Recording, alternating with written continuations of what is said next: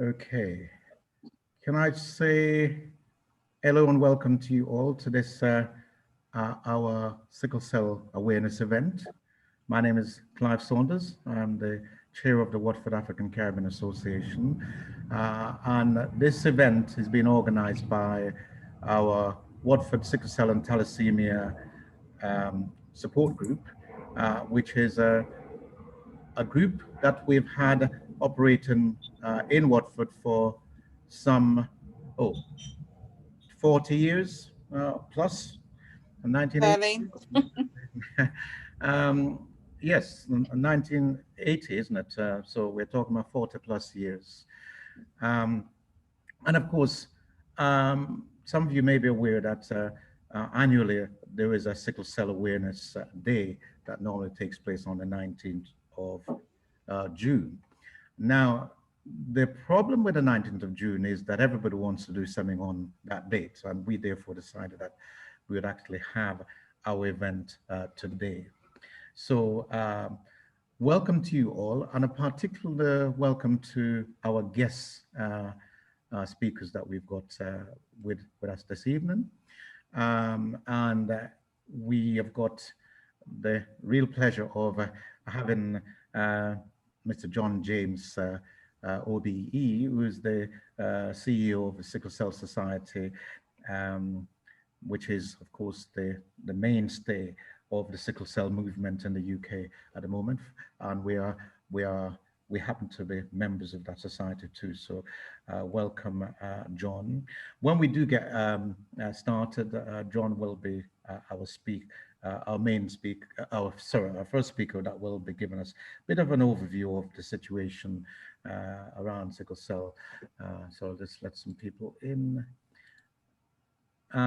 We've also got with us Dr. Anna Woods, who is a consultant hematologist from Watford General, and it's clearly our local hospital, and we're looking forward to hearing what Dr. Woods has to say, but more than that, looking forward to how we might be working with the hospital going forward.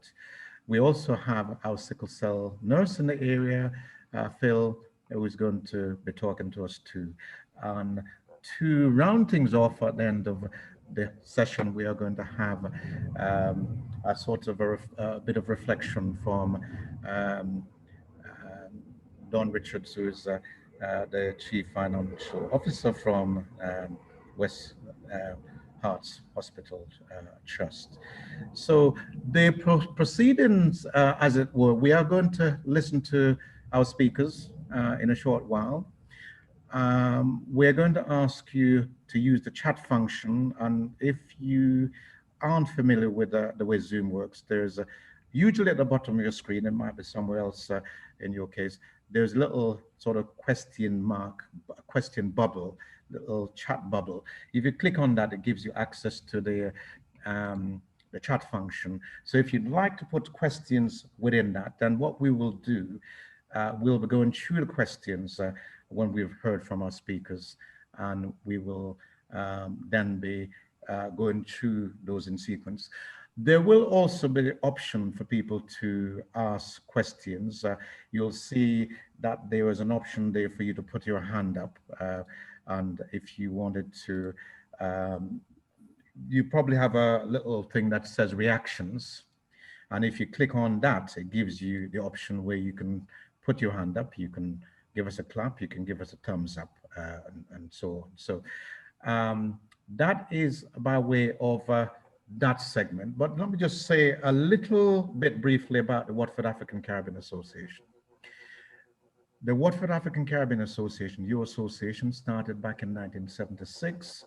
As it happens, I'm the current chair, and actually I'm looking for my replacement. So I'm looking for some people to step up. I think I've been at a cold face for quite a long time.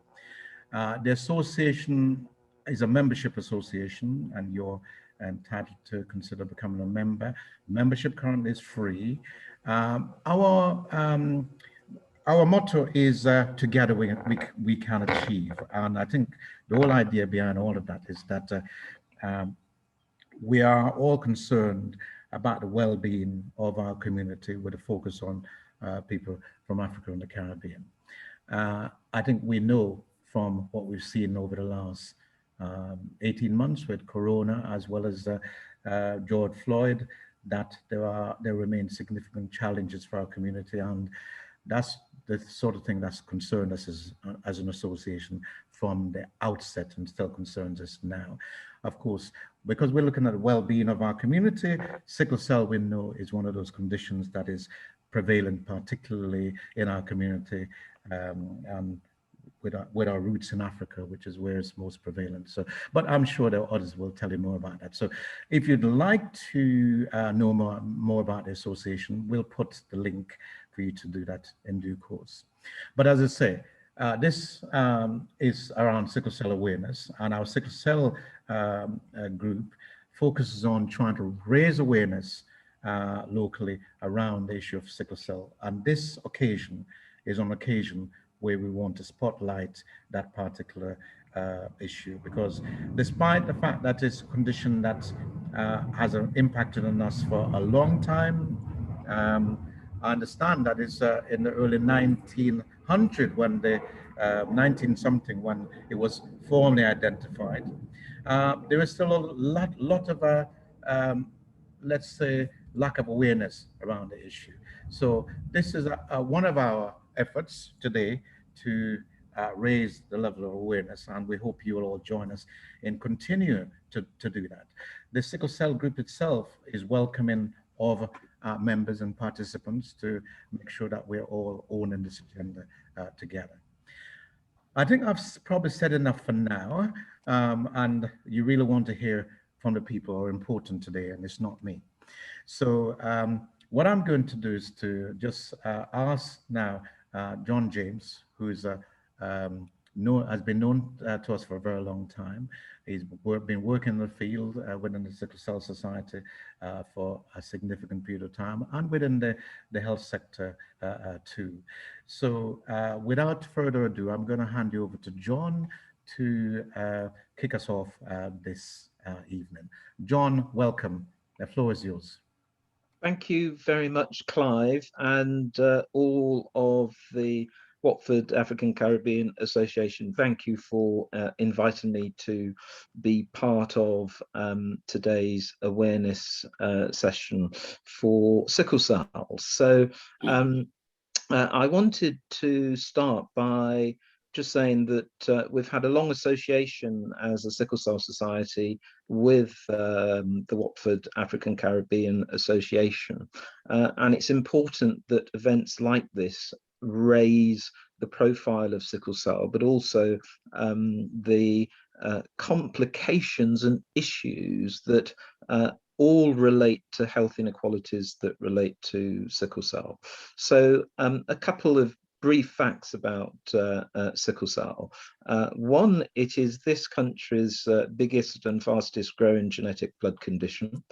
So many of you will have heard of cystic fibrosis, which primarily affects a different demographic of people, but cystic fibrosis gets more money, more resources, and certainly more attention than sickle cell gets. And the other point, there are nearly 300 children born each year with sickle cell, and that's on an upward curve, not a downward curve. And of course, the issue is that there are lots and lots of people. So when I say lots and lots, if you want me to put a figure on it, we're talking circa 500,000 people who are healthy carriers of the sickle cell trait. And that's just for the UK. When you look globally, there are at least 3 million people living across the world with sickle cell. And it's fair to say Europe, the UK, and France are the countries with the biggest populations of sickle cell, but Germany and Holland are fast growing populations. All of Europe has sickle cell. So I start with that to just give you a context that this is a significant condition, and I won't talk about the health issues with sickle cell because I'm sure you'll hear some of that later. So, so what is the Sickle Cell Society? The Sickle Cell Society is the country's national charity for sickle cell. And as our chair Clive has said today, our national reach is through a range of support groups that we have across the country: Bristol, Manchester, the Midlands, Suffolk, Norfolk, all over the country. So that's how our national reach is gets, if you like, to the parts of the country that has high prevalence and the parts of the country that has low prevalence. So what is it the organisation does? And I won't go into detail. I've only got 10 minutes, but the buckets of things that we do are about advocacy and support. So primarily we support individuals who live with sickle cell and their families. We provide information and advice, and we do that as a UK charity, but I have to tell you that people in the Caribbean, people in Africa, people in Europe, people in the United States come to us for information and advice. So that would be the second bucket. The third one is policy and development. So for example, in 2018, we created the adult standards of care with clinicians for sickle cell, and that is used all over the world. We had the Greek government write to us recently to say, we've simply translated your sickle cell standards for the use in our hospitals. We campaign, and I'll say a little bit more about that in a second. And we work with industry because we want to make sure that there is more innovation, research and development in the field of sickle, particularly for new disease-modifying drugs. So let me just say that there is only one licensed treatment at the moment for sickle cell in the United Kingdom, and that's hydroxyurea, which wasn't a treatment that was invented specifically for sickle because it's a chemotherapy drug. And again, contrast that to cystic fibrosis, where last year, under great fanfare, the Orkambi was approved at a quite considerable cost. So a little good news about that is that there are we're working with the National Institute of Clinical Excellence on 2 potential new treatments for sickle cell, which are at their appraisal stage. The interesting thing, both those drugs, Velexator and crizanlizumab, have already been approved some time ago by the FDA in the United States and by the European Medicines Agency. Now that's interesting, but we're still dragging our heels about it. So those are the buckets of work that we do, but I wanted to focus on a few areas that are quite specific. So the organization has just completed the first ever heritage study of sickle cell in the UK from the 1950s to date, which is currently showing at the Black Cultural Archives in Windrush Square, Brixton.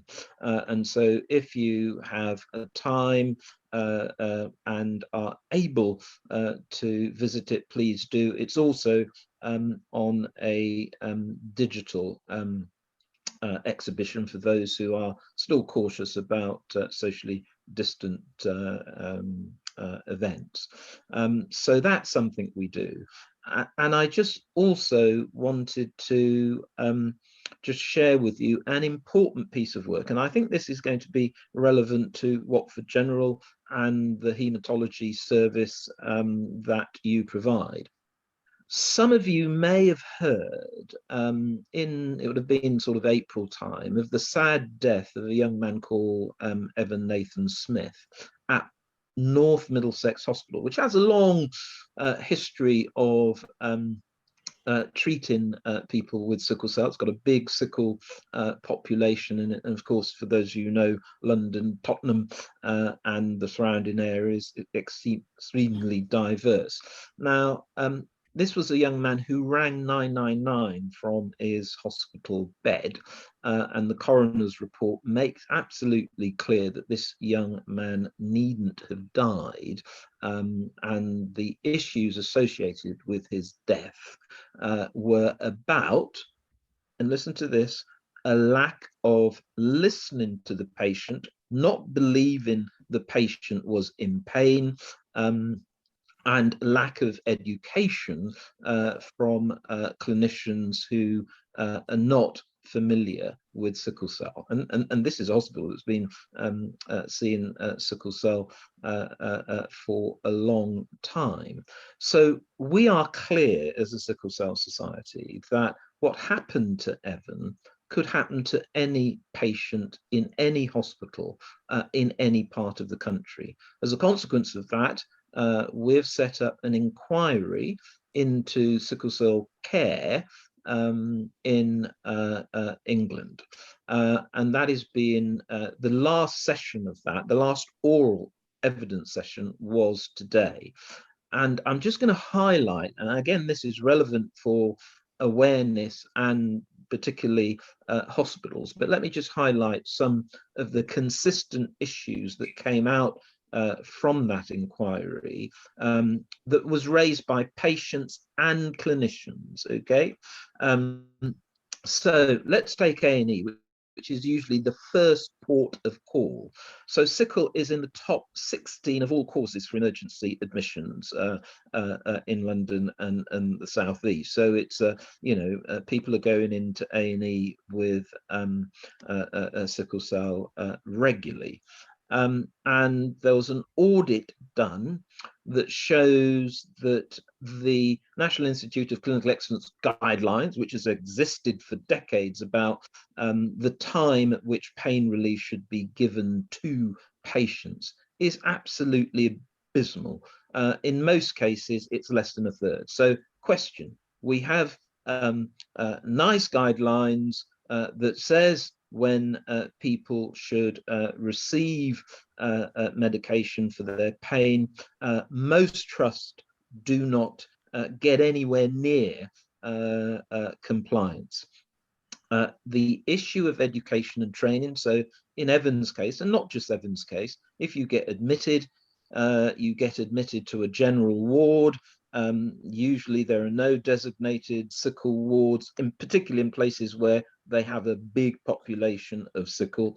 They're then looked after in multiple wards where the staff are unfamiliar with sickle, and not just in Evan's case, but don't believe people when they say, look, I'm in pain. And I'm sure Dr. Wood will confirm that if you're having a serious crisis, deterioration happens quickly. It really happens quickly and can lead to death. So this inability to recognize rapid deterioration, poor communication between haematology teams and surgical teams or other teams, all quite common and all very much in the evidence that we have received.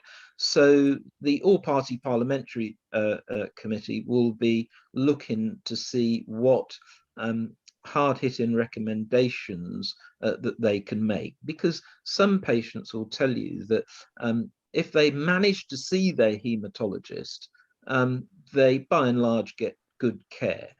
The real serious problems are at the front door, forgive the term front door, but at accident and emergency, or particularly out of hours, transfusions out of hours, and being on wards where staff are unfamiliar with sickle in terms of education and training.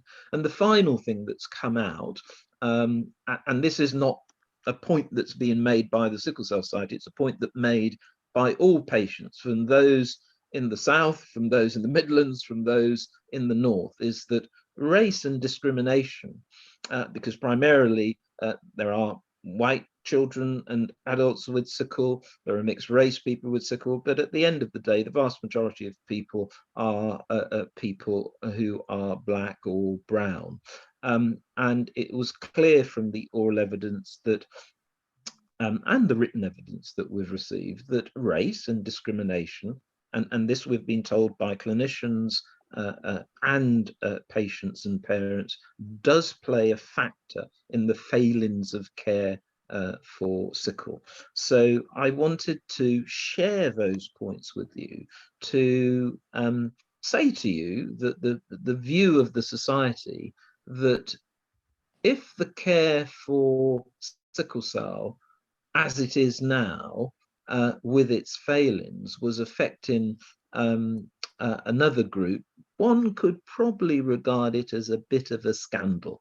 And we as an organization think that, you know, for a condition that's been known about for 100 years, plus that for the experiences of patients that we know happens up and down the country, is just wrong, and something should be done about it.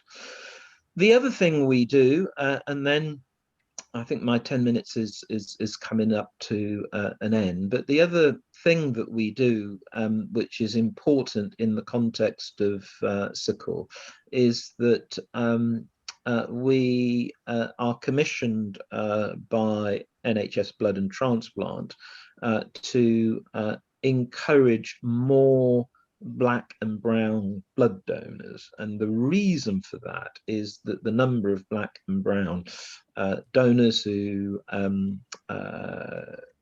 put themselves forward is low. There's a reliance, particularly for blood transfusion, which is another part of the treatment. RO blood type, for example, is not at the levels that it should be. And I'm pleased to say, you know, the good news is that the work we're doing is beginning to see an increase in the number of people who donate blood, and also busting some myths like, well, if you're a carrier, you can't give blood. If you're a carrier, you can give blood. So the blood donation part is an element of the work we do. We also do lots of work with the screening program in terms of new births, and also counselling in terms of whatever decisions expectant mums and dads are thinking in relation to sickle. The good news, and I mean, that might sound to you all as, you know, is it really that bad? And some patients will say it's nowhere near as good as it should be, and we're hoping that the inquiry will shine a light on some of the failings that people experience up and down the country. The good news, and I'll end on the good news, is that I mentioned research and innovation, and after decades of no innovation in terms of new disease modifying treatments, I can tell you that apart from the 2 treatments that are being considered by NICE as we speak, there are lots of other pharmaceutical industry, large and firms who are looking at new treatments, and that includes gene therapy, where you switch the sickle gene to a normal one. So that includes gene therapy, and also includes transplantation, haplo, and by haplo I mean sort of not necessarily a direct relative transplant, because it's usually for bone marrow, for example. It needs to be a sibling donor or another relative. So the prospects for the future look bright, but they can only stay bright if we have treatments that improve mortality and longevity and improve the life chances of people who live with sickle cell, but also for an NHS that follows guidelines for sickle, an NHS that haematology teams and surgical teams work together, and where, as I think you're doing in terms of WACA, building up relationships with the trusts, so there is a sort of mutual communication and input about the care provided. So I hope in those 10 minutes I've whistled through quite a lot there, and I know some of the other speakers will probably pick up on some of those themes, but later on, when time allows, if there are any questions, I would be more than happy to answer them. So thank you again for the opportunity. Thank you for raising the profile during June for World Sickle Day. We appreciate it. You do good work, and that's it from me for those 10 minutes. Thank you. Thank you very much, John. I should say that it's interesting. I have been around the field of sickle cell from the 1980s when I was up in Birmingham, and I noticed somebody put in the chat that it's a scandal that we're at the moment, and we'll come back to that no doubt. But it's great to see that the work of the sickle cell continues. I think we need to look at how we can continue to work with the society and with the local medical professions to effectively enhance that position. Because, as you say, if it is certainly the most, we're talking about 500,000 people who are carriers. That's a significant number of people in our society, which means that actually the chances of sickle cell being eradicated is probably near nigh impossible. So the question is, how do we actually ensure that people can actually live a good and productive life, and it doesn't cause the pain and suffering that sometimes it does for some people. Well, that John has provided that kind of that kind of sickle cell society overview. I'm going to ask Dr. Anna Wood to give us that medical perspective. But before I ask her to come in, just to remind you that we have seen questions going in the chat. Please continue to do those. We are going to come back to that in a while, so that we'll seek to answer all of those questions that you've been putting out there. So continue to put those in there. So I'm going to hand you over now to Dr. Wood, who is going to share her thoughts with us. Dr. Wood, welcome, and the floor is yours. Thank you very much. Can everybody hear me? Yes. Yes. Thank you. So my name's Anna Wood. I'm absolutely delighted to be participating in your Sickle Cell Awareness Day today, and thank you very much for inviting me. So I've been a consultant haematologist here at Watford since 2001, and I actually remember coming to talk to your society a good few years back, but it was in a church just around the corner in the church hall. So that's how long ago that was. I also hold a management post in the trust, got a funny title called Director of Clinical Governance. I oversee mortality and medical examiner work.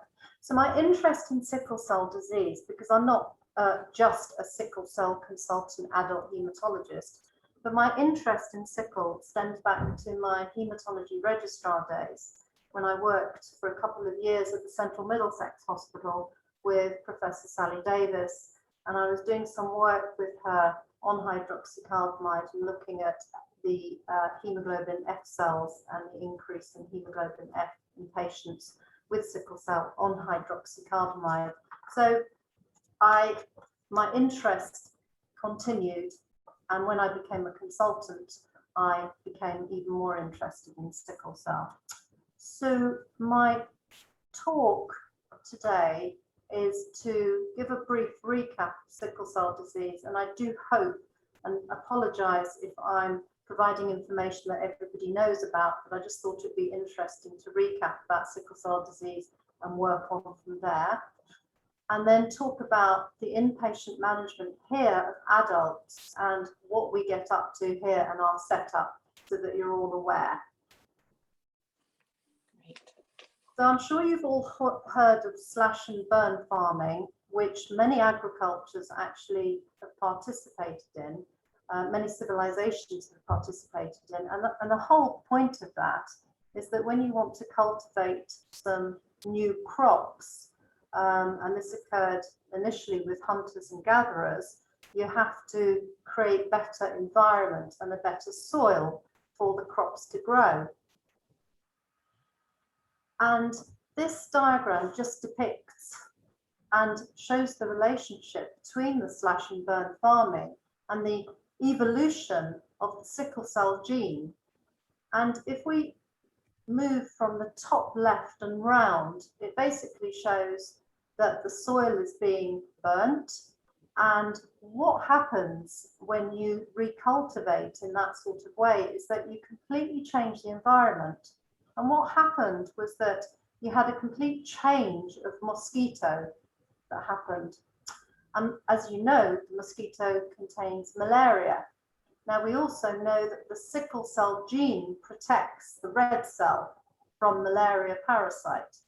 And so it made sense in an evolutionary sort of way that the sickle gene would become prominent in those countries where malaria became absolutely endemic. And that's why the sickle cell gene is so populated in countries such as Africa and Asia.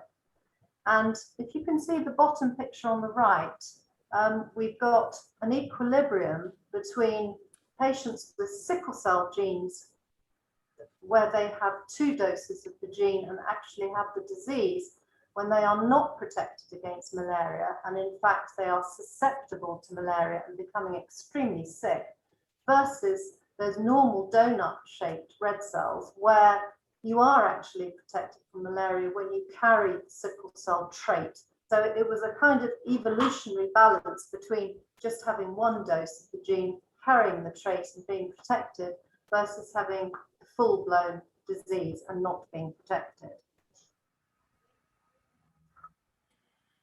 So just to recap as well, the abnormality in the sickle cell gene sits on chromosome 11, and that's relevant to what John James was talking about in terms of gene therapy, which has actually occurred in the world. And it's a single mutation that occurs on the chromosome 11, and that leads to a change of amino acid from glutamine to valine, which leads to the abnormality in the abnormal hemoglobin S. And as somebody mentioned earlier, the first patient with sickle cell was described by Herrick in 1904 in Chicago, but actually there is some hypothesis and some evidence that Tutankhamun, who existed as an Egyptian ruler at about 3,000 years BC, possibly had sickle cell disease because of what they found in his skeleton and his deformed feet, and actually the fact that he had a history of recurrent priapisms or erections. So as we mentioned before, 1 in 10 people are carriers of the abnormal sickle cell gene, and in our country, in the UK, there are between 10,000 and 15,000 people who live with sickle cell disease. So as you know, to actually inherit the full-blown disease of hemoglobin SS, you have 2 parents who have 1 copy of each gene, and in the progeny or their children, there's a 1 in 4 chance of actually having full-blown sickle, 2 out of 4 or 50% of actually having sickle cell trait, and 1 out of 4 with hemoglobin AA, so no sickle cell trait or sickle cell disease. And again, the same can happen if one parent carries the sickle hemoglobin and the other parent, for example, carries either hemoglobin C, hemoglobin D, hemoglobin O Arab, and there's also beta plus and beta naught thalassaemia that's a little bit more common in the Asian populations, but we still see many patients with S beta thalassaemia here as well. So this picture is actually relevant to what John James was saying earlier on. So as you can see, the cell on the red cell on the right hand side is a sickled cell, completely deformed, and the donut one's a normal red blood cell. And if we look at the schematic picture on the left hand side, if you've got an abnormal beta globin gene, and we look at the top left picture, in the normal oxygenated situation, in a good circumstance when the patient's warm and they're not unwell, they haven't got an infection, the hemoglobin S molecules are all floating separately, so to speak. If there's a situation and the patient isn't well, or they have an infection or become cold or stressed, what can sometimes happen, or what happens frequently, is that the hemoglobin S stacks up into these things called polymers. And when they're stacked up like that, that's what causes the red blood cell to completely change its shape. So you're going from a sickle cell shape and back to a normal red blood cell. And it's a sort of equilibrium. But what that leads to is the sort of pathology of sickle cell disease, which is that these deformed sticky red cells actually cause the occlusion of the blood vessels. Now, this is extremely simplistic. There are lots and lots of other things going on, and that's what John James was alluding to in terms of the good research that has been done recently on these pathways. So some of the treatments, so hydroxycarbamide has been around for years now, interferes with the stacking of the polymers by increasing fetal hemoglobin or hemoglobin F, and that actually interferes with this polymerization formation, and so can help the patient in that way. But there are other drugs, new drugs coming along that actually look at preventing everything that's happening here in the blood vessel. So there is a lot of scope actually for new treatments. And one of the new treatments that John James mentioned, which we really hope will be reappraised positively by NICE, is a P-selectin inhibitor, and can help with this aspect of preventing the red cells getting stuck in the blood vessels. And I think that's very promising.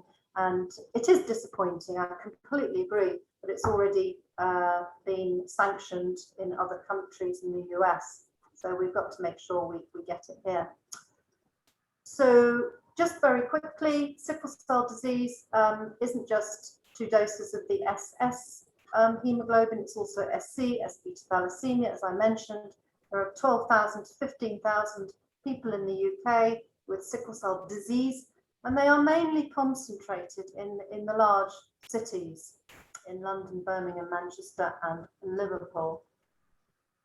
So we know that you can have sickle cell disease, but actually not be admitted to hospital frequently, or you can have sickle cell disease and be in hospital extremely frequently and be very, very unwell. So the clinical expression is really variable. We understand in some circumstances why that may be. So for example, if you have hereditary increased hemoglobin F, then some patients have got a less severe syndrome, or if they have alpha thalassemia trait, for example, they may have a better clinical pathway. But the hallmark is the severe pain that our patients get acutely, and these are called painful vaso-occlusive crises. I'm sure you all know that. There is also problems with infection because the spleen doesn't work very well, and then more chronic problems with kidney and lung problems. So that's end organ failure. And of course, our patients are of varying degrees of anemia. So not just the acute pain and the infection, but these chronic problems are extremely important. And although I'm just going to talk about what we do when patients are admitted to hospital in the next part, we also look after patients in clinic, and we look out for long-term complications of sickle cell, some of which are listed here. But for example, stroke occurs in 8% of patients, which is devastating, and it's mainly in children in which that occurs. Retinopathy, eye problems, can occur in patients with SC disease, more commonly than patients with SS, but of course anybody can develop sickle problems in their eyes. And then a horrible problem is something called avascular necrosis, where you can get chronic pain in big joints, such as the top of the hips and the shoulder. Leg ulcers can lead to chronic problems. And of course, we know that the average life expectancy is not as it should be in our sickle cell population, and it's less than the normal population. So I would just like to go on now to talk about what and how we manage adult sickle cell at Watford General. So as you're aware, if a patient comes in with sickle cell pain, it's not a GP contacting us. They come in off their own steam through ambulance, or somebody drops them off by car, and they're seen in the emergency department. We have something called STAR, which is senior decision making at the front door, and the patients, this isn't just sickle cell patients, I'm saying what happens operationally to all patients who come in through the door with acute problems, and sickle cell would be one of those acute problems managed like this. So they are triaged within 15 minutes, meaning that a nurse and a senior decision maker, a doctor, will be seeing that patient and making a decision what is required immediately. So within 15 minutes, or at least within half an hour, they should have been assessed if they're in severe pain, to assess what sort of pain relief they require. The next decision, obviously, that they make is whether the patient requires admission, and if they do, then there is an operational process where if they're very unwell, for example, if they've got chest problems or they've got a really high temperature, they might go to the resuscitation area of the emergency department. If they're not that unwell, they will now go to the medical emergency assessment unit and then on to the acute admissions unit. We have a protocol here, which I wrote years ago and I update very frequently. And once a patient with sickle cell is admitted, after they've been seen by the acute physician, they have to make a haematology referral to one of us. And when I say one of us, there's a haematology consultant in charge of all inpatients with haematology for a month. So actually, I've just finished my haematology stint for the month today, for June. They then, once we take the patient over as haematologists, they go to our ward. So we haven't got a ward just for haematology patients, but we share it with rheumatology, and it's called Tudor ward. And on Tudor ward, they're looked after by the haematology team, and when well enough, they're discharged to an outpatient clinic here, or they go back to whichever team normally looks after them, because we do have a considerable number of patients who are admitted under our care who are looked after in other hospitals, for example. And sometimes change, sometimes they stay with us, but if they're known to another hospital and they're complicated patients, we normally recommend that they stay with their parent hospital. So what is our haematology team? So there are 6 of us, 6 haematology consultants in our team. And as I said, we do a month on the wards. I am a member of the Red Cell network at UCLH, so I receive updates from the network. There's also an MDT, and we have 3 specialist haematology registrars, and 3 specialist haematology nurses. I've put in brackets that they're not specifically sickle nurses, because I think it's important that you're aware, and I don't want to pretend that we've got 3 sickle nurses, but our nurses will also see our sickle patients with us. We have 2 dedicated junior doctors, an SHO and a house officer, and I've put in brackets the pain team because we work really, really closely with the pain team, and the painful sickle cell protocol that I have has been devised with the pain team as well. We've also got connections with our intensive care unit because we sometimes need to admit patients to the intensive care unit, and it's important that they understand sickle cell, and that they understand that if we want a patient admitted to ITU, that happens and that there isn't a delay. So I'm going to just talk briefly about the clinical management protocol that has been written here and revised regularly. It's called the Adult Sickle Painful Crisis Guideline. It's obviously based on quality standards and the guidelines. It's on the intranet and it's used by the emergency department and the rest of the trust. And as I mentioned before, I actually get quite upset and cross if haematology are not contacted if we have a patient who needs to be referred to us with sickle cell. Yeah. So on the right-hand side, in that protocol, it's pretty basic, but if people have not, some people will not have come across sickle cell, or they'll have come across sickle cell in other guises or other hospitals, but it's important that they stick to our protocol.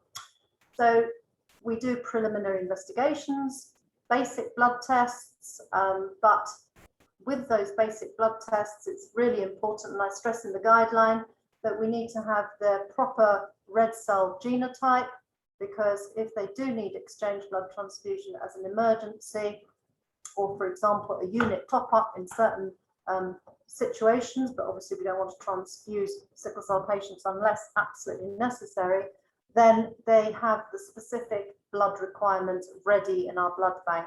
And it's also within our blood transfusion policy as well. So it's in 2 policies, the painful one and the blood policy that we have. Analgesia, obviously extremely important. We've got escalation protocol for that. And as I mentioned, it was devised with the pain team. I mean, a lot of patients with sickle cell don't want to use patient-controlled analgesia pumps. Some do. Some have preferences for the type of analgesia that they want to have. So we do ask them, if we don't know them, we do ask if they've got a care protocol from another hospital, and that's also part of our protocol. Obviously, intravenous fluids we recommend. It's extremely important because they might be dehydrated. Antibiotics, and then really, really importantly for our nursing staff, monitoring of the patient. And when I talk to nurses and talk to haematology registrars about monitoring of patients, I mainly talk about watching the oxygen saturations and the temperature, because of course the acute chest syndrome has a very high mortality, and it can occur on the back of a painful crisis, or a patient can come in with it without a painful crisis. So that's what I always educate our juniors regarding. I mentioned PCA pumps, patient-controlled pumps, and a lot of our patients like them, but some really dislike them. So if they don't like them, that's fine. We use what they prefer. I've mentioned the acute chest syndrome and ITU, and we've had meetings with our ITU team to ensure that they understand our protocol and reasons for admission to intensive care unit. And I've also written a protocol for manual red cell exchange transfusion, which is within an appendix in that particular guideline, because in some situations you have to start exchange transfusing a patient with sickle cell when you haven't got time to do anything else. You've just got to know how to do it, and it's pretty straightforward. I've done quite a few of them, so if we need to do that, then we start it off here but it has to be done on intensive care unit where the patient's being monitored really carefully.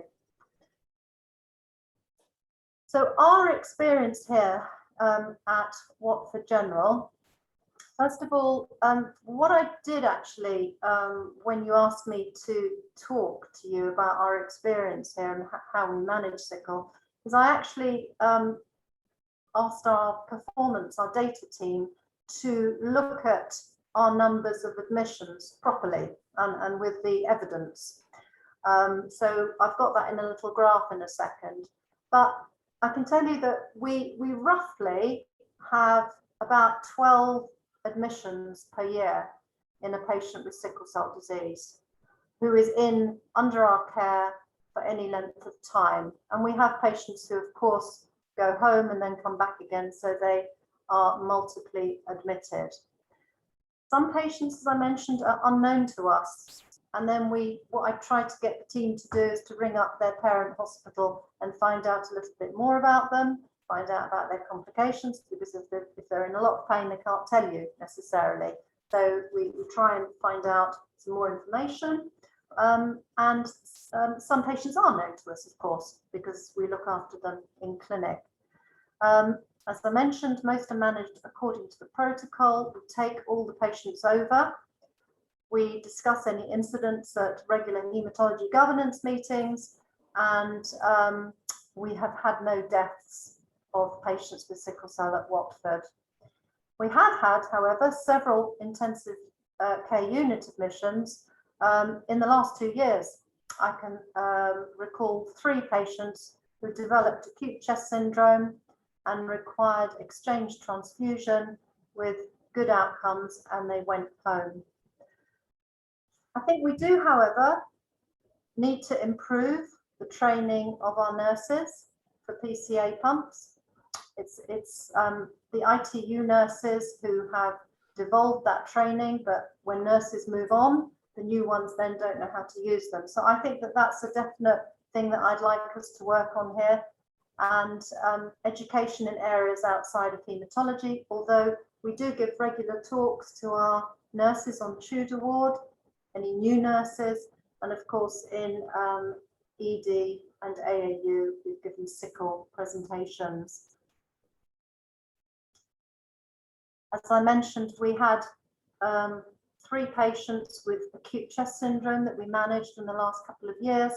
And just to remind us all, it's a really, really serious complication of sickle cell disease, and it needs to be picked up really quickly. And you have to be suspicious that something that might just look like pneumonia could actually be acute chest syndrome, because pneumonia, as you know, is treated with antibiotics, and chest syndrome is treated by taking off the red cells and putting in fresh hemoglobin A cells. So it presents with fever, breathlessness, low oxygen levels, chest pain. The chest x-ray might just look like pneumonia, but you've got to have that high index of suspicion to treat the patient. So this is what I asked our performance team to produce for me, for us, for this meeting today. And it took a little while because I asked them to take a look and explain some things to me. But this basically shows 4 years worth of discharges in patients with sickle cell disease, either as a primary diagnosis. No, this is with a primary diagnosis, I beg your pardon. The next one is with 2 types of diagnosis. So it represents 4 years up to March 2021, starting in 2017, and each column represents a month. Okay, so roughly, I mean, obviously the figures have been worked out. This represents between 20 and 26 admissions per year. But that doesn't really tally with my perception of 12 patients a year. And actually digging deeper and speaking to the performance team, I think that there are quite a few patients who are escaping from the haematology radar and possibly just coming in for a few hours and then being discharged home. So I think that explains the difference between our feel and experience as haematologists and what our data people are telling us. This graph just shows a similar picture, but when we say secondary diagnosis of sickle, what we mean is that patient didn't actually come in with a crisis, but came in with something else, but we know that they had sickle cell disease, but the sickle cell wasn't the issue, okay? So I think that the first graph is probably the more important one. So I did have a look at these numbers, and if we look at this in the 4 years, the number of admissions we had with patients who just had painful vaso-occlusive crisis or a complication of sickle was sort of in the 20s. We had a high number in 2019-20, and then back to its usual in 26.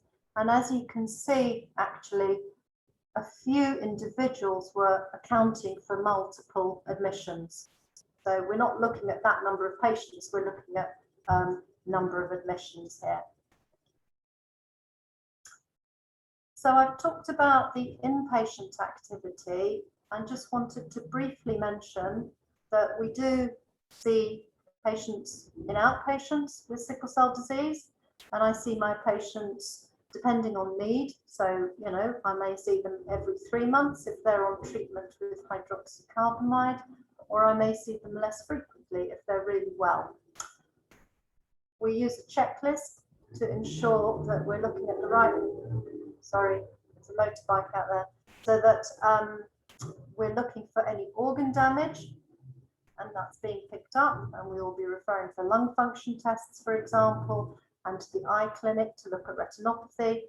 I've recently inherited, which is really nice for me, some pediatric patients that have transitioned into the adult world, and some of them will not remember me, but I used to do a joint pediatric clinic with our pediatricians here, so I've actually seen them grow up from when they were kids to adults, which is really nice for me. And as I mentioned, hydroxycarbamide monitoring, we do, because most of our patients, well, not most of our patients, but we do talk about hydroxycarbamide to our patients who've got very severe sickle and who are admitted more than 3 times or at least 3 times in a year with a prolonged sickle crisis. So we do that. We have links with other tertiary centres for other treatments, and particularly with complex sickle cell patients. And we educate within the hospital, and we have close links with obstetrics, with ITU and our surgical colleagues. And we also provide a haemoglobinopathy advice service to the GP and other hospital specialists who may not understand the results of haemoglobin electrophoresis. So I think there's a lot actually that we can do in terms of future collaboration. I think education, emphasis on training on PCA pumps, the Sickle Cell Red Cell Network at NDT UCLH. And I think that it would be lovely to have a link with somebody in the charity so that we could find out about patients' experiences and problems that they may be experiencing. So I would particularly like to know about that in the future. So thank you very much. I hope I haven't bored you and talked a lot about things that you know already, and I'm happy to take questions whenever. Thank you, Dr. Woods. If you would like to stop sharing. I will. Thank you very much for that. Very informative. I think we're having some data and so on that will be quite instructive, and it'll be interesting to explore some of the questions that potentially arises from that. I've certainly noted a couple of questions that I might want to ask if no one asks them later on. But that's been very informative. Thank you very much indeed for that. I'm going to now ask Phil Daly, who is our sickle cell nurse for children, to speak to us. Now, Phil has been working with us for quite a long time, so we're very familiar with her. She's very supportive of the work that we do. So, Phil, welcome again. would you like me to share your presentation now? Yeah. So I'm going to bring your presentation up. Can you see that, Phil? Yes. Okay. Can everyone else? Yes, I would imagine, yes. Yeah, so over to you, Phil. I think I might need to share it from my side because it's not. You're not. It's not moving. Well, would you like, sorry, can people see that moving? Yes. Phil, are you saying you're not seeing this? Yes, it's moving now. Oh, you're not. Just tell me when you want to change slide and I will move up. Okay. So I'm not going to go into these slides because we've heard this information before from both our speakers. It's just looking at what the picture is of sickle cell in children in Hertfordshire. We, on average, have 5 to 7 new babies born a year. But saying that, this condition is so unpredictable and the genetics of it, in the last year, we've been very fortunate in that only 2 babies have been born, which is good news for the families. Our main role is, next slide, please. Our main role is through education to support these families and empower them. And we find very quickly over a short period of time that these families actually become the expert in the condition. But we also need to make sure that these families know when to seek medical support so they don't leave it too late. So they get lots of red flags. You know, if they've got a pyrexia of 38, they need to be seen. We give them a lot of advice on home pain management. And we do pain scores at an early age so that they know when they need to go into hospital. Next slide, please. If we look at the picture of children in Hertfordshire with sickle cell, I first set up the service in 2013, and there was 45 children on the caseload. You can see after I was in post for a year, it had doubled. So a lot of children had been lost off the radar, but by engaging with schools and GPs, we found them. You can see there from this chart that the numbers are increasing. You know, periodically 2015 to 2018, they were quite stable, but they have started to creep up again. This is partly observational, that we have families coming out from London because housing is more affordable outside London. So they're moving for that reason. There's quite a good university that families come to in Hatfield. So we get people coming from the African countries for that. Next slide, please. Sorry.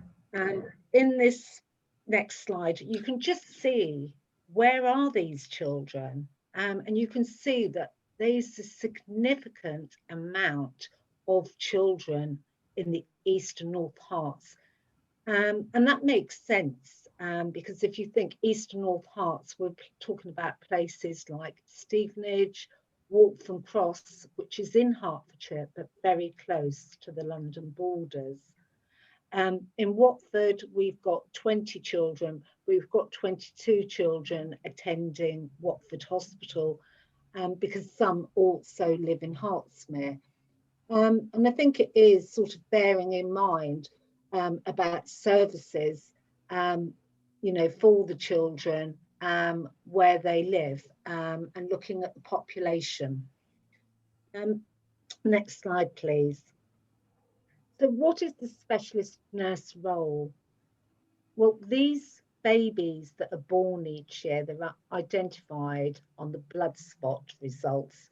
So day 5, a baby gets a blood spot done and it identifies a number of conditions, and one of them is sickle cell conditions. We have a guideline that says we must visit them by day 28 and inform the parents. Some of the parents will know beforehand, because every woman in the UK is offered screening antenatally, and then their partner is offered testing if needed. So they know there's a risk, but there is some people whose partners aren't tested, and it is a total shock to them.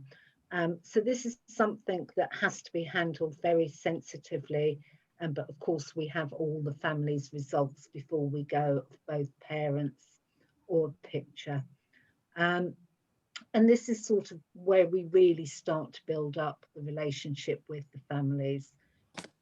We're really fortunate that since last September, we now have 5-day cover for the families. And they do utilise it. They ring regularly for phone and text support, for pain management. If you've got a child who's in a lot of pain, even though you've got the knowledge base, you need someone to say, have you tried this, this and this, even though they've got the knowledge. And then we can sort of support them. Actually, today we had a phone call first thing this morning from a young teenager in casualty, you know, who wanted support in getting seen, and we were able to help with that. Assessment, it's telephone assessment, assessing does that family need to take that child to accident and emergency. Health promotion, we take a 5-year-old child and they need to drink 1.5 litres a day. We know that children who are dehydrated are going to be more prone to having a sickle cell crisis. So it's really important from a young age to get them drinking lots. Symptom management, I've already mentioned. Medication and vaccination advice. The babies are started on penicillin V. National standard is that they need to be on it by 120 days, but we start them earlier.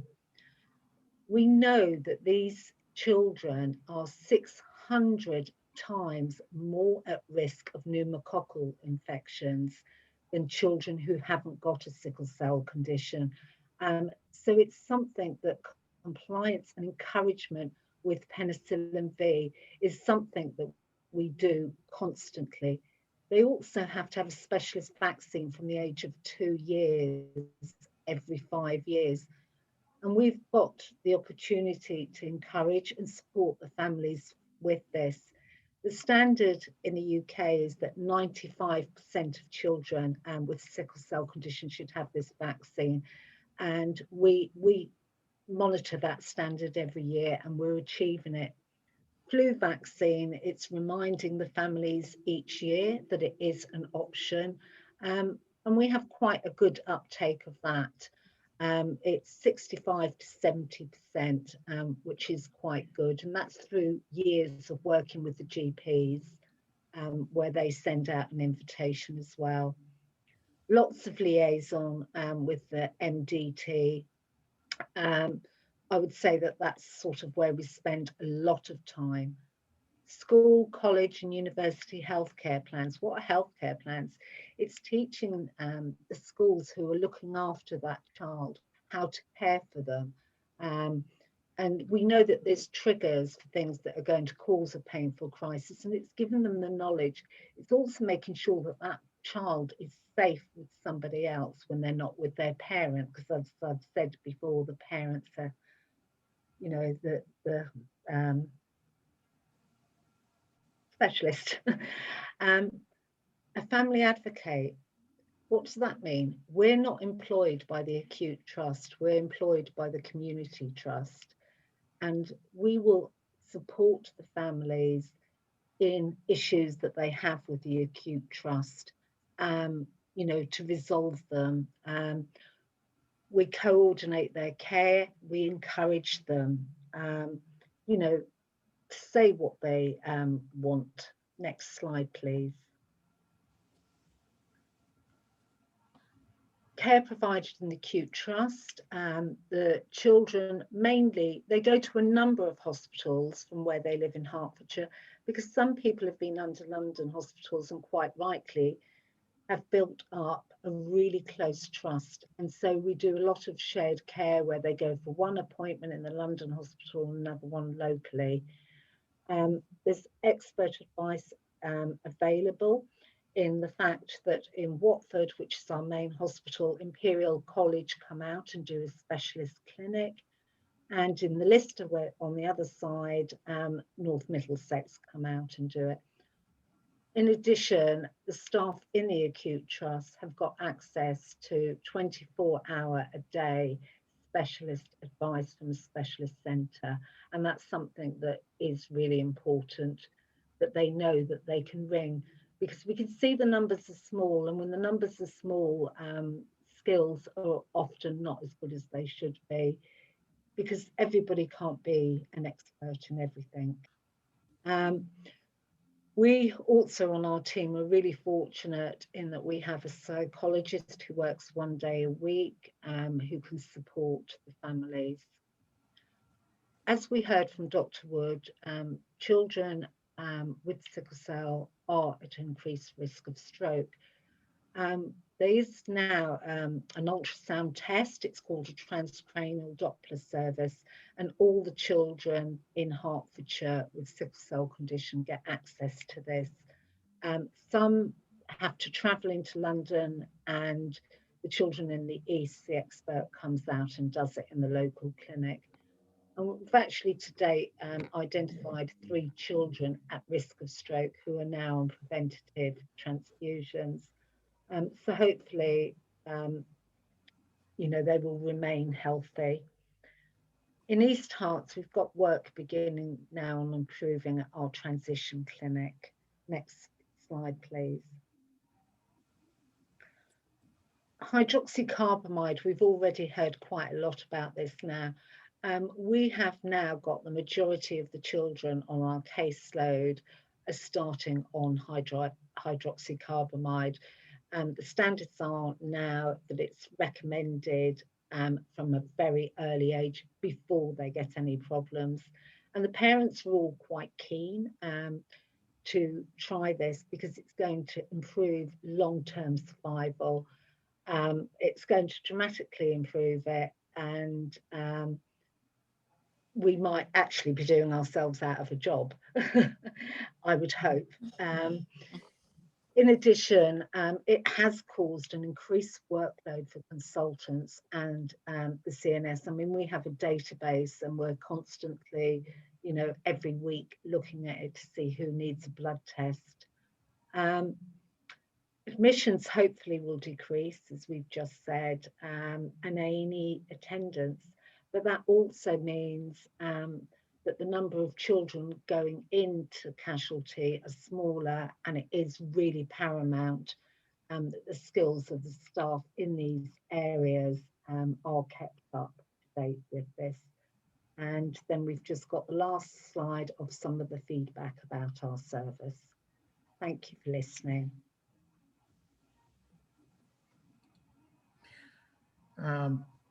Let's stop sharing.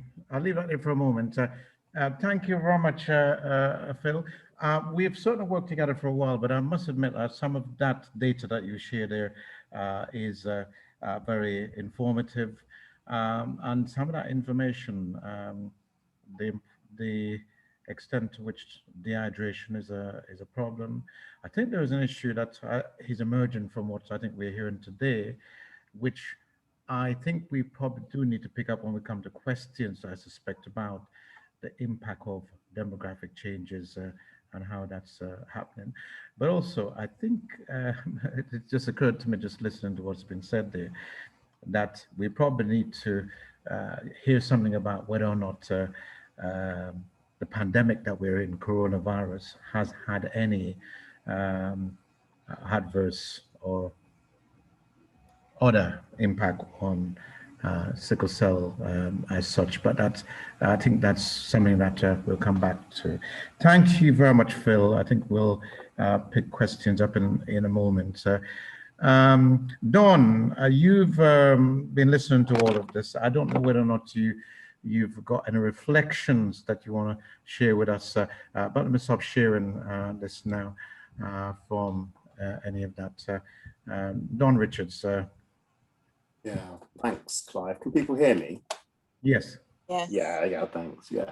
So those of you who don't know me, my name's Don Richards. I'm the Chief Financial Officer for West Herts Trust. So we, I think most people know, look after Watford General, St Albans and Hemel Hempstead hospitals. And my job is basically, as you'd expect, to manage the finances for the trust, making sure that financial resources go to the services in line with the NHS directions and the directions of our commissioners. So, Clive, reflections on this evening. So, what was uppermost in my mind when I was listening to all of our speakers was whether or not what happened to Evan Smith at North Middlesex could happen at Watford General. And I must say that I'm reassured by what I've heard from all of our speakers. But you know, there's a few things, and maybe we can pick these up in the questions in a minute. And I think I saw a question come up from Valerie saying that she would expect most acute hospitals, especially those hospitals where the prevalence of sickle cell disease is high, to have the sort of management protocols in place and guidelines in place that we have at Watford, and would probably expect that North Middlesex had those clinical guidelines in place. So what was it about North Middlesex that led to the tragic circumstances that we all read about a little while ago? And I was just thinking about the pathway of care that Anna so eloquently described, and maybe we can touch on things like the star element of our process, the triaging from nurses in A&E. Do we feel that the education and the awareness and the training is at the right level to make sure that we don't have situations that we saw at North Middlesex? And again, looking at the numbers that Anna presented in her slide, and comparing those numbers to Anna's experience of the numbers of patients that are referred to haematology physicians, a gap there suggesting that one of the things that Anna is concerned about may be happening. Patients being admitted with a sickle cell diagnosis are not always being referred to haematology consultants. So maybe a little bit of a conversation there around that, and what is it that we need to put right. The concentration of haematology patients on Tudor ward was a relatively recent development, and I think Anna will confirm, and that's a great step forward, because I guess we can concentrate the skills and the training that we need for any patients that are admitted. But of course, we're going to need to keep an eye on the prevalence as Caribbean and African and other patients with sickle cell disease move out of London to Hertfordshire and other local areas. What is likely to change in terms of the prevalence of the disease? Obviously, again, we need to keep developing the management protocols that are being used at the moment. And some of you will know that we're on a journey at the Trust to implement an electronic patient record. So this is not just about moving our records for patients largely from paper to a digital medium, so that all of our clinicians have access to a wealth of information on patient treatments. But also, I think it's going to help clinicians follow pathways much more consistently. And we have a program within the Trust where we're looking to standardize patient treatment pathways working in conjunction with the Royal Free Hospital.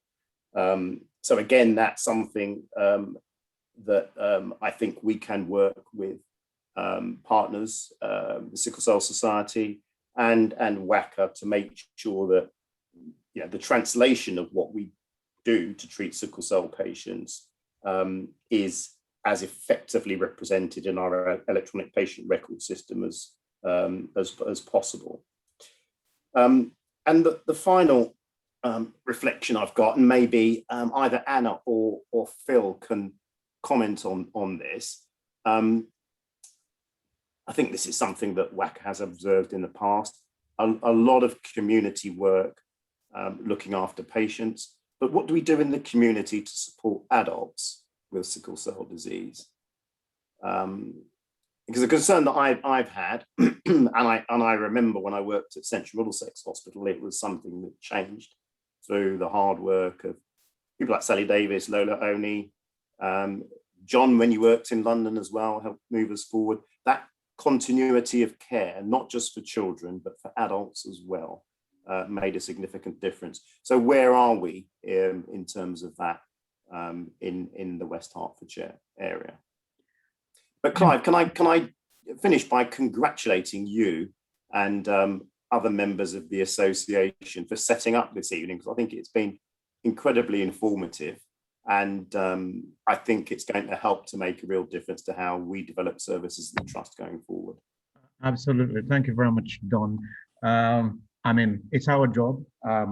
It's where we're at as an organization. It's about what can we do to raise awareness and to improve the condition of our people. So thank you for the observation, but actually it's what we do. But your last point there might well be the first question that we might want to ask for our panel to comment on, after which I will then look at some of the questions that people have posed in the chat, as well as if anyone wants to put their hand up. So John, Anna, Phil, did you want to respond to Don's point there? It's John, and thank you for those very helpful and thoughtful reflections, Don. On your last point about how adults are supported in the community, and it's important that they are, I can only give you a non-NHS perspective of how we do that within the sickle cell sort of charity sector. So we run programs for peer mentoring, which have been evaluated and looked at by the British Society of Haematology. There are some adult patients who find it difficult to hold down jobs because of the frequency of their admission. So sometimes we do training in relation to why don't you set up your own business. So there's a range of activities that we do. The ones that we are challenged about are when the NHS fail to support some of the things that we do, which are probably largely called social prescription models, which save on admissions and bed days. And the challenge is that specialized commissioning, so sickle cell is commissioned by NHS England centrally, and CCGs commissioned for other populations, and the two don't always come together.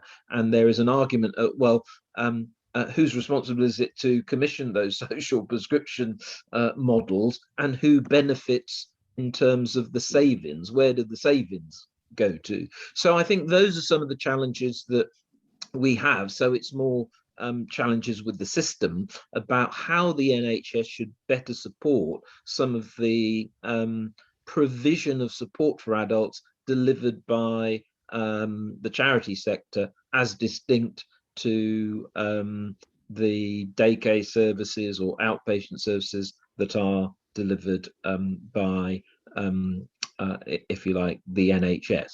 So that would be my perspective on it. And just quickly, so I don't hog any more, but on the point of Clive's point about COVID and the impact of COVID, we have worked with all of the health coordinate centres, so that's all the specialist centres. And the good news, because we thought the impact would be much more severe, but the evidence and the data up to February 2021 shows that the vast majority who were admitted to hospitals up and down the country with COVID and of course living with sickle, the vast majority recovered.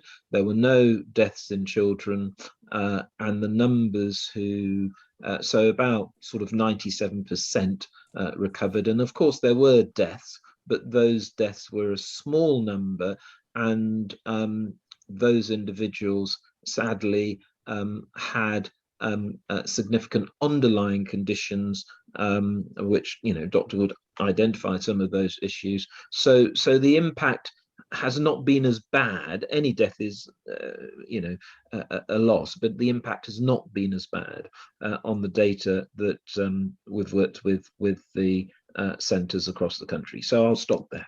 Okay, thank you. Dr. Wood, did you have any comment on the adult provision, or well, I think the COVID one, I think John has dealt with. So yeah, thank you.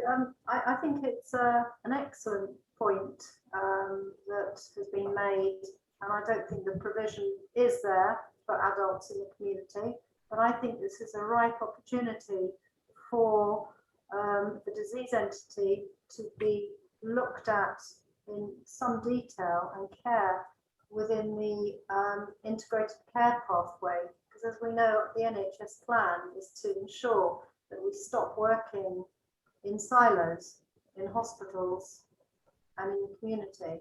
And I think that this would be a really good condition to push for improved, smooth services between the acute trust and the community. But I mean, I think it's definitely lacking. okay. Dr. Wood, question that emanates, Don has presumed the answer to this question, but I'd want to ask the question myself, which is, what happened to Evan Smith? Could you foresee that possibly happening at Watford General? I think that's a really difficult question to answer, because although I presented our truthful data and the way we do want to run things in patients with sickle cell here, I don't know what happens if I don't know that it's happening. So I couldn't put my hand on my heart and say that it couldn't happen, but I think there is enough evidence and we have enough protocols, and we're out there constantly, daily, and saying to our clinicians, we need to take over these patients with sickle cell, that I don't think that that would happen. But clearly I would be foolish to say it could never happen. Thank you very much for that. Just looking at some of the questions that people have put in the chat. The first point that somebody put on very early on is the point about the fact that sickle cell has actually been around for a long time, and it shouldn't be any longer unfamiliar. But I think I'll just leave that particular point there. Second point is really about the fact that, and I made a point of this separately actually, that actually all hospital staff should be aware of sickle cell. And I think this point was around mandatory training for staff, nurses, doctors. Do you have any views on that? And John, similarly, you might want to come in. Phil, yeah. I think you made one, Phil. I don't know if Anna wants to go first. I certainly have a view about that, which is reflected again based on evidence from some of the written evidence that we've received. So, if Anna wants to go first, it's entirely up to you. Anna, do you want me to go first, or do you want us to go? I'm happy for you to go first, John, and then I can make a comment about Okay. that. Yeah. All right. Okay. So so we believe as an organisation, and this is particularly for nursing and midwifery, that it should not be a lottery of whether sickle is taught in schools, left to individual schools. We think that the basic education of sickle should be mandatory, and it should be the responsibility of the Nursing and Midwifery Council to implement those policies. They say, oh, well, yes, but it's down to the colleges. And I'm saying, well, you know, if you're a college in a high prevalence area and you choose not to teach sickle in your, you know, basic training, that to me is not helpful. So we believe that there should be more and mandatory training for nurses in sickle. And the reason we say that is much of the evidence we have received points to, and this includes North Middlesex, points to a lack of understanding, a lack of seeing, you know, quick deterioration in acute chest syndrome, lack of sort of application of PCA pumps because, you know, people are not familiar with it. So those examples of themselves link to more education and training. And I think the question of whether it should be left to schools or made mandatory, we as a charity are clear that it should be mandatory. Yeah. And there should be more training. And you know, Anna quite rightly highlights these points. There should be more training for those other clinicians who are outside haematology, particularly in A&E, and particularly where it's general wards. And I think that the example that Anna gives about working with her colleagues to know that somebody has been admitted. Again, one of the failures at North Mid was that the heme team in this young man's case weren't contacted for about 4 days. Of which time he was deteriorating. So those issues and examples I'm giving point to more education and training. Thank you very much, John, for that. Anna, you were going to come in. Yeah, thank you very much. I mean, I was personally absolutely shocked to hear about this unfortunate young man at North Middlesex, and shocked because of his age, the tragedy, and also because the North Middlesex Hospital is a hospital that is dealing with many patients with sickle cell disease. They're very active and they've got protocols and guidelines, etc. So you can have all the guidelines and protocols in place that you want, but I think there's nothing better than going round as an advocate or as a specialist in your own field and talking to other nurses and doctors about a condition. I think mandatory training, yes, it is a good thing. However, I think there's nothing better than actually standing up in front of people in a particular department and talking through certain case scenarios and talking through what can happen if you don't do this, that, or the other. So that's certainly what I think we need to encourage more of. Thank you very much. That raises a couple of points there, because one of the points that comes out of it is whether or not you have enough resources to do that. And if not, what can be done about that? But the other side of that is in relation to the question of the mandatory training, is what is it that we could all do to put the kind of pressure, and when I say all of us, this group, linking with other groups, through the Sickle Cell Society, through the medical services, what can we do to make that change? Because clearly, as the initial point was made, sickle cell has been around for a very long time, and you've pointed it out in your presentation, Anna, 1904, when this was identified. So we really shouldn't be having these conversations now. So, but it may be that people can put in the chat some responses to that particular point. But Phil, did you want to come back on this? I think you made a point about sort of mandatory training. I really feel strongly that that's the way that we've got to go, because people do, you know, if you get it as a student nurse, yeah, then, you know, you might be qualified for 10 years, you might not see a sickle patient. I think, you know, it needs to be brought up higher in the acute trust, and, you know, it needs to be yearly. And people, there's so much now. I mean, this is one thing COVID's taught us. There's so much online that could do. I know we've just recently done some training for the community trust on sickle cell, and we, you know, Charlotte and I managed to do that in 30 minutes. Yeah. And if people have that as mandatory, that they've got to access those particular learning things, yes, I believe what Anna said, case studies and everything like that is fantastic. But student nurses are still not getting it. I don't know, Anna would be able to say in medicine whether it's compulsory in the medical curriculum now.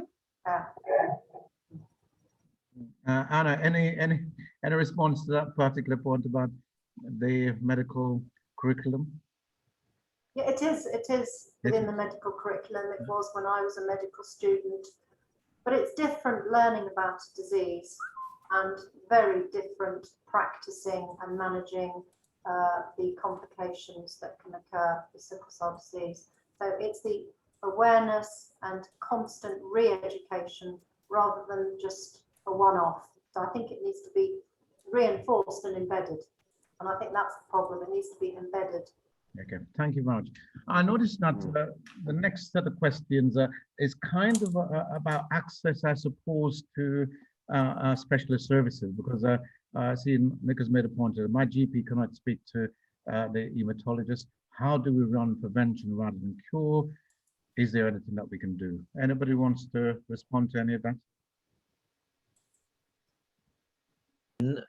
Just to start, and I'm sure you know, locally, both Phil and Anna will know because of the connections with general practice and primary care. But by and large, the feedback that we get is GPs leave that to the community services or the trusts, and are not themselves great experts in sickle care.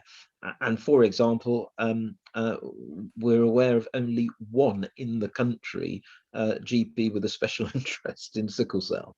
So it's not an area that, you know, like diabetes or asthma, that GPs are particularly comfortable with, and patients, and that's what patients are telling us. So the prevention element, Clive, is about the fact that this comes up in transition, is that young people with sickle cell can sometimes have a why me syndrome because they can't do all the things that they see their peers doing at school and so forth. And in some teenage years, they want to do that, and therefore expose themselves to more risk of you know, being admitted because of alcohol consumption and staying out late, not keeping themselves warm, and so forth. So so the prevention element is about, you know, recognizing that with your sickle, even as a child, and parents, you know, parents are very, very good, but you know, as children become adults, they have to maintain that that lifestyle, which reduces the ability for emergency admissions and ill health, and you know, that I think is important. But what they're not going to be able to avoid completely is what Anna talked about, in terms of the organ damage and complications that just come with the condition. Yeah, thanks very much. Anna, I think there's a specific point that maybe you might want to look at, which is why is it that the GP can't speak to the haematologist? We're very amenable at the end of the telephone, so I don't know whether the audience member is speaking about us here at West Herts, at Watford and Hemel, but we're here every day. We respond to advice and guidance on a daily basis that the GPs can write to us, and also we're available on the telephone. So I really would like some more specific details about that, because that is very, very disappointing. And I would hope that's not happening within our department. So I don't know whether that was specific to our department or just generally. Okay, it may have been a general point, but Yeah. I'm sure Nick will come back to us if it was more specific. Phil, I don't know if you wanted to comment on that question, because otherwise I'll move on to the question of older people giving blood. Phil, did you want any comment on that? I would reinforce what Dr. Wood has said. I think, you know, the consultants are very easy to access. You know, I know that we can ring them at any time and ask for expert advice. So I think that, you know, there isn't a problem there. Okay, thanks very much. Next question, probably this might be for you, John. What's the situation regarding older people giving blood? Older people giving blood? Yes. I'm not, that's a good question, Clive. I'm not. Is there a problem with older people giving blood? Is there an age limit for giving blood? I think that's probably what the question is about. I don't know the specific age limit, so I shall be honest and say I don't know the specific age limit that have been set by the NHS Blood and Transplant. So what I do know from the work that we are doing to sign up more Black and brown donors is that they tend to be younger, and by young, you know, we're talking people in their 40s and 50s as well, but primarily they tend to be younger, and primarily they tend to be female. Okay, thanks very much. Sorry, Anna, I don't know if you have any more information about that today. Yeah, so I don't know what the specific age cutoff, but there is an age cutoff, and that's to do with comorbidities, other things that people may have that may prevent them from being able to donate blood safely for them.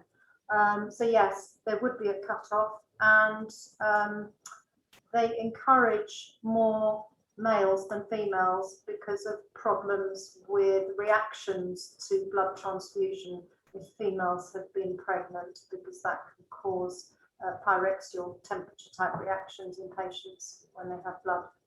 Good, thank you very much. I don't know who can answer this, but how can a nurse volunteer to support in the front end of hospital? I'm not sure. I presume it's in relation to sickle cell support. Anyone wants to pick that? Clive, maybe I could come back to you with our voluntary services lead. It now comes under the trust charity, which is called RAISE. So if we provide the details of who to contact, then whoever asked the question, we can get that through to you. So CJ, if we get that information from the hospital, we can circulate that.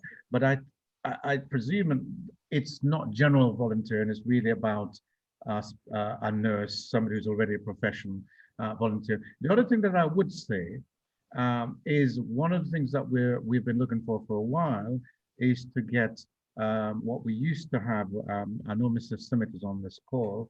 We used to have a sickle cell counselor, And of course, one of the things that we've been looking is to see whether there is anyone interested in taking on that role again. Mrs. Smith did some excellent work for us. She's able to join us today. So that's another way potentially of offering support.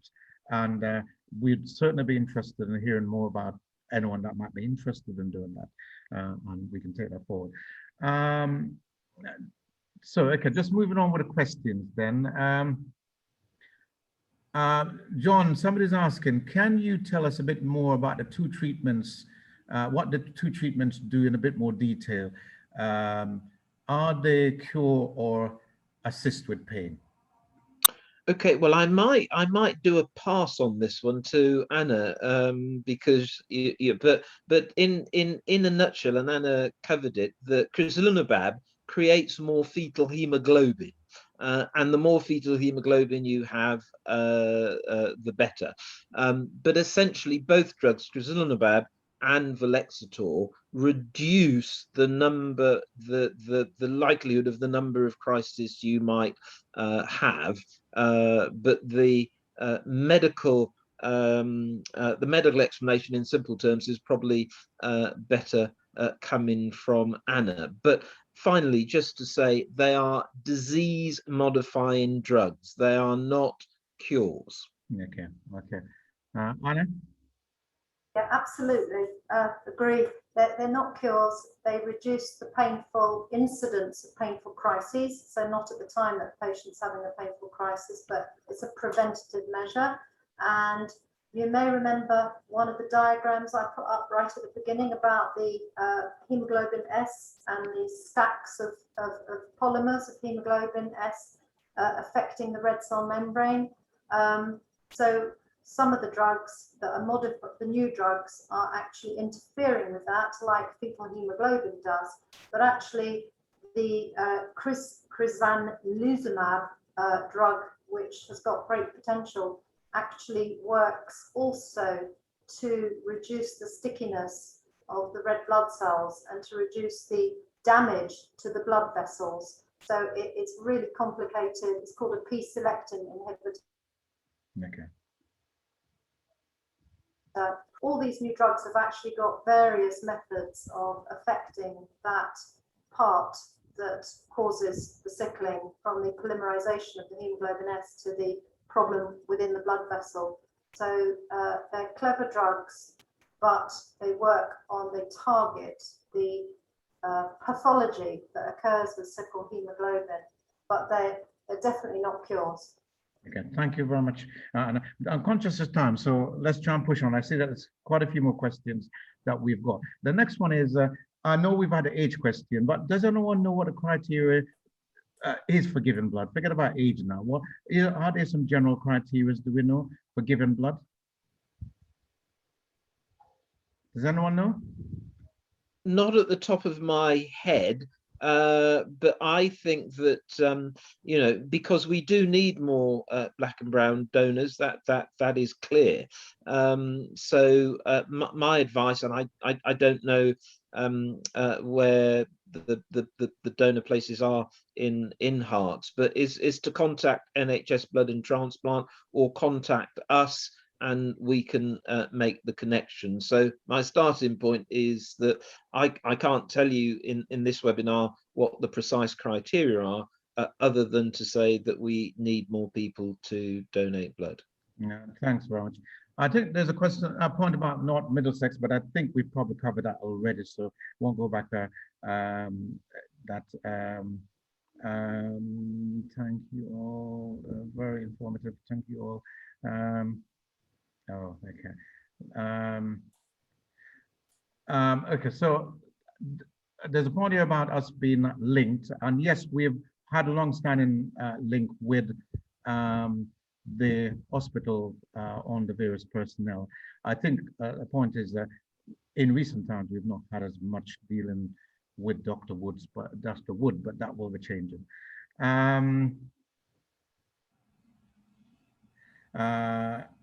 Okay, so and there's some stuff around failings at North Middlesex. And question, is it possible if it doesn't already happen, that sickle cell patient wear a bracelet or carry a card detailing their condition, their hematologist, etc. Anyone wants to pick that up?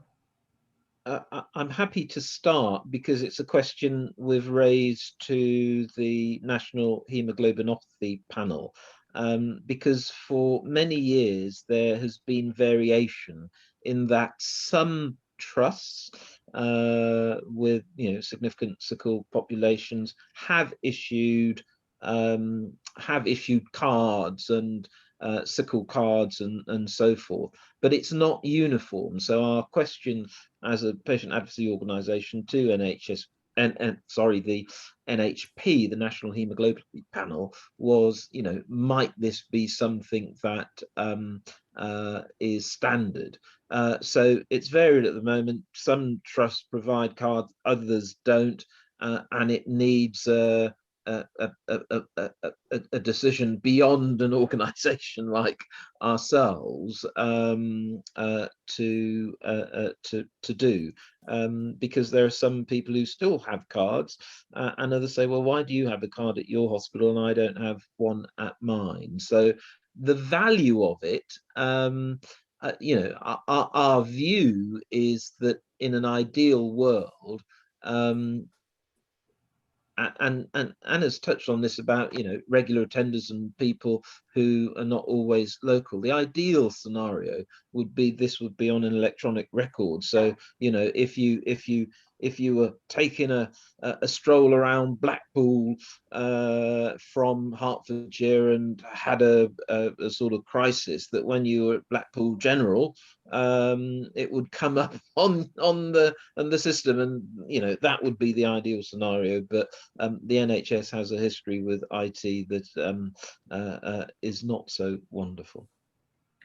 Okay, sorry, Anna, did you want to comment on that? Really echo what you've just said, John, as well. So a UK-wide EPR would be fantastic, but we don't have that. So IT systems don't speak to each other. That would be fantastic. Absolutely, but we don't have that. So what's next best? Well, we used to have cards. We used to give out haemoglobinopathy cards to patients, but they don't talk that. I mean, in this day and age, when everything is becoming electronic, it just seems a retrograde step. And some patients lose their cards or don't carry them around. So I'm not sure that in this day and age that would be the way forward. Thank you, Rod. Right. Sorry, Clive. Can I come in just on the maybe a bit of optimism around IT, but then, as John said, the NHS has got a bit of a checkered history in terms of IT projects. But there is a project underway at the moment to get us to ultimately that vision of patient records being available up and down the country. So the first step is to try and make sure that all of the healthcare organisations within an integrated care system, what we used to call an STP, can share their care records. So we are part way through that at the moment, and I think we're hoping that by the end of this financial year, we will have every organisation within the Hertfordshire and West Essex system, well, at least the clinicians will be able to see records relating to their patients when they have had admissions or other episodes of care in other organisations within the health system. And then the ambition after that is to link up all of the integrated care systems throughout the country. Now, what is a little bit unclear is how much detail will be available once all of the integrated care systems are linked up. But you can imagine that eventually all of the detail will be available to any clinician wherever their patient ends up. Thanks very much, Don. So I think there's still a few questions. So let's look at what else. So what was the next question? Oh, yeah, there was a question regarding the vaccine. I think that was for John, really. So, John, how long was the vaccine in development before it was administered? I think that's the treatment you made reference to. You mean the COVID-19 vaccine? Well, no, I can't. It can't be that because we're not talking about COVID-19. Oh, right. Okay. If you're talking about the two treatments that are being appraised by the National Institute of Clinical Excellence, they've gone through various stages of clinical trials. So they have been proved to be safe, otherwise they wouldn't have been approved by the FDA. So we're talking years, unlike the COVID vaccine in terms of months. We're talking about years in development and years through clinical trials. And although they haven't been approved in the UK yet, they have been approved and deemed safe and effective in other parts of the world, primarily the United States, through the FDA and through the European Medicines Association in Europe. So it's certainly years. The other good news is that, and this is because both clinicians and ourselves as a patient advocacy organisation, the initial view of NICE on crizanlizumab was, we're not sure we can recommend it. They are having a further meeting in July, so they are reconsidering that decision, okay, following representation. Right. So we hope that there'll be a decision about crizanlizumab, which was one that Anna described about the fetal hemoglobin and p-selectin, which are all rather complex. We're hoping for a decision on that by the end of July. Velexator has still got processes or hoops to go through within NICE. Thanks, John. Very quickly, could patients with a diagnosis of sickle cell be flagged on admission like MRSA? Any thoughts on that? I mean, Anna will have a view as a clinician, but our view is that on admission, sickle cell should be treated as a medical emergency, and you know, like strokes are treated as an emergency. So I think our view, again, I'm not speaking as a clinician, but I'm speaking as somebody in charge of you know, an organisation that advocates for you know, people who live with sickle cell, is that it should be treated as a medical emergency. And I can tell you the audit that was done by Professor Howard and the clinical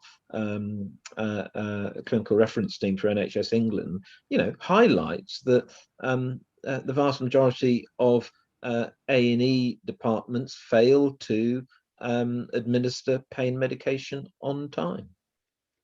Yeah, thanks very much. Dr. Wood, did you have any thoughts on that? It is absolutely. When we talk about sickle cell to casualty and to other departments, relevant departments, we talk about it in terms of hematological emergencies. It's one of the hematological emergencies. So that's how we actually start to introduce the talk. And that's certainly how I introduce it, and it's part of my guideline as well. And I think that, you know, you could flag sickle cell disease, but what you need to have is the stimulus from the actual doctors and healthcare professionals in ED and the wards to actually act on what they're seeing. So I think having things electronically, flagging things up, yes, you could have that, that's good for audit, but I think what is better is the recognition of a patient who needs treatment. Okay, thanks, Rod.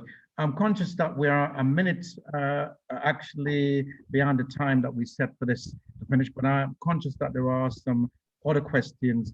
So can we just have some very quick fire responses to these questions so we can try and conclude in short order, please? So Don, there was a question there for you. I believe patient data was now available nationally. Is that not the case? I presume it is. No, I guess it was linked to the answer, the comment I made earlier on. So not all patient data is available up and down the country, but there's a long-term plan for that to be the case. And in relation to, we are in communication with the CCG. When we could, I suppose, develop that communication better. But actually, I believe the CCGs are going to be replaced by the integrated care system. So I'm not too sure what the timetable is around that, but we are aiming to link with whatever takes place. Hi, Michaela from Black Voices. I see you're here with us. Question. Okay, I think we've dealt with the Evernote situation, Michaela. So let's see what the next question is.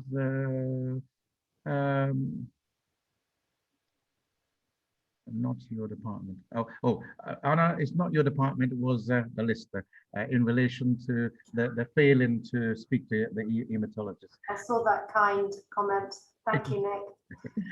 Can I just interject about the Lister Hospital and the haematology department? They've had historical problems with haematology and getting a consultant, but currently we met a gentleman a couple of weeks ago who's just taken on the post as haematologist at Lister, and he is really passionate about sickle cell. So we pray as long as he stays and he's not too overloaded with work, then it's a positive step for East Herts. Thank you very much for that. I've been told people taking medication shouldn't give blood. Is that correct? Any thoughts? So when you go to donate blood, Clive, they will ask you a whole host of questions, including, are you on any medications? Because some medications can cause problems in the donor. Okay, thanks very much. Could you share any tips on how to engage young people on this issue? I presume the issue is sickle cell. Any quick fire thoughts?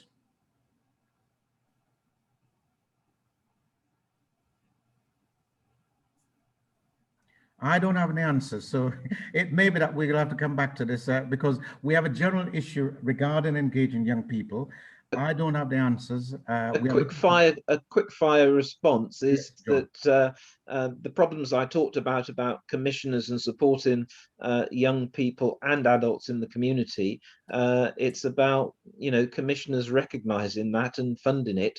So that's one way, because we know that it works. Yeah. Okay. Thank you very much. Okay, so I think those are the end of the questions. Thank you for some real stimulating questions that you've all asked. I'm just going to ask our speaker for brief final comments before we conclude. I think it's only fair to do this.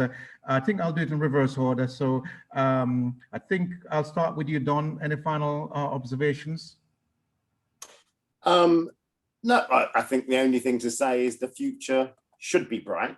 Through this really helpful platform that you've set up, and we'll obviously continue to talk about some of these issues at the highest level in the trust. Thank you very much, Don. Phil, final comment from you. Communication and education. End of. Okay. Anna. Yeah, I'd love to have feedback personally from the charity regarding our services. Okay, personal feedback. Yeah, we'll make a note of that. Finally, John. Just to say thank you for what you're doing and raising awareness and engaging, your local trust. That's really good work. So thank you to West Herts and WACA and everybody who's logged in, because I'm sure it's helped people with information. And final thing, just to be helpful to you, is that there is something that we developed which is used by many trusts, which is called a patient reported experience measure, specifically for sickle. So not only can WACA give feedback to the trust, but a PREM could be used by the trust. It's used by other centres across the country. So that's all, and thanks very much. Thank you very much. So I'd like to say a big thank you to our speakers, and you can clap if you wish, using the mechanism that is there. So John, Anna, Phil, and Don, thank you all for giving up your time. I'm sure on this evening there are plenty of other things that you could be doing, but I think it's a sign of the importance of this that you've been able to share the time. We've appreciated it. But equally importantly, I'd like to thank all of you who have joined in, because actually a conversation like this of no value without participants who are able to engage and to ask the kind of questions that you've been able to ask in the chat. Thank you also to the organizing group, and I think some of you would have been aware of the work that Valerie has been doing, communicating with you, Pearlie and Marcia, other colleagues from the association. Thank you all. We have gone about 6 minutes over. My apologies for that. I'm a lousy chair, but I think I'm going to. I'm not going to apologize for that, because it was an important issue for us to consider. The association, as I said earlier on, is there for you. Please make it your own. If you'd like to know more about what we do, not just about the Sickle Cell Group, but other things that we do, please email us. Our AGM is on what date, my colleagues? Can you remind me when is our AGM? And you're invited to come along to that if you'd like to find out a bit more about what we do. I think it's the 27th, or I think the last Wednesday in the month, whenever that is. So thank you once again, everyone. Can I just ask our speakers just to stay with us for a couple of minutes? So we are going to end now. The recording will be available in a few days, and I think we'll have it on YouTube. So if you know people would like to participate, then please let them know that they'll be able to access that information. So thank you all again, and have a good evening, and until the next time. Thank you. And Clive, just to say, the AGM is Wednesday, the 28th of July, and it starts at 6:30 p.m. Yes, thank you very much, Marilyn, for that. Yes, so it's the 28th, as Marilyn has said. Thank you, and you're all invited. Thank you, everyone. Bye. Thank you. Thank you all. Thank you.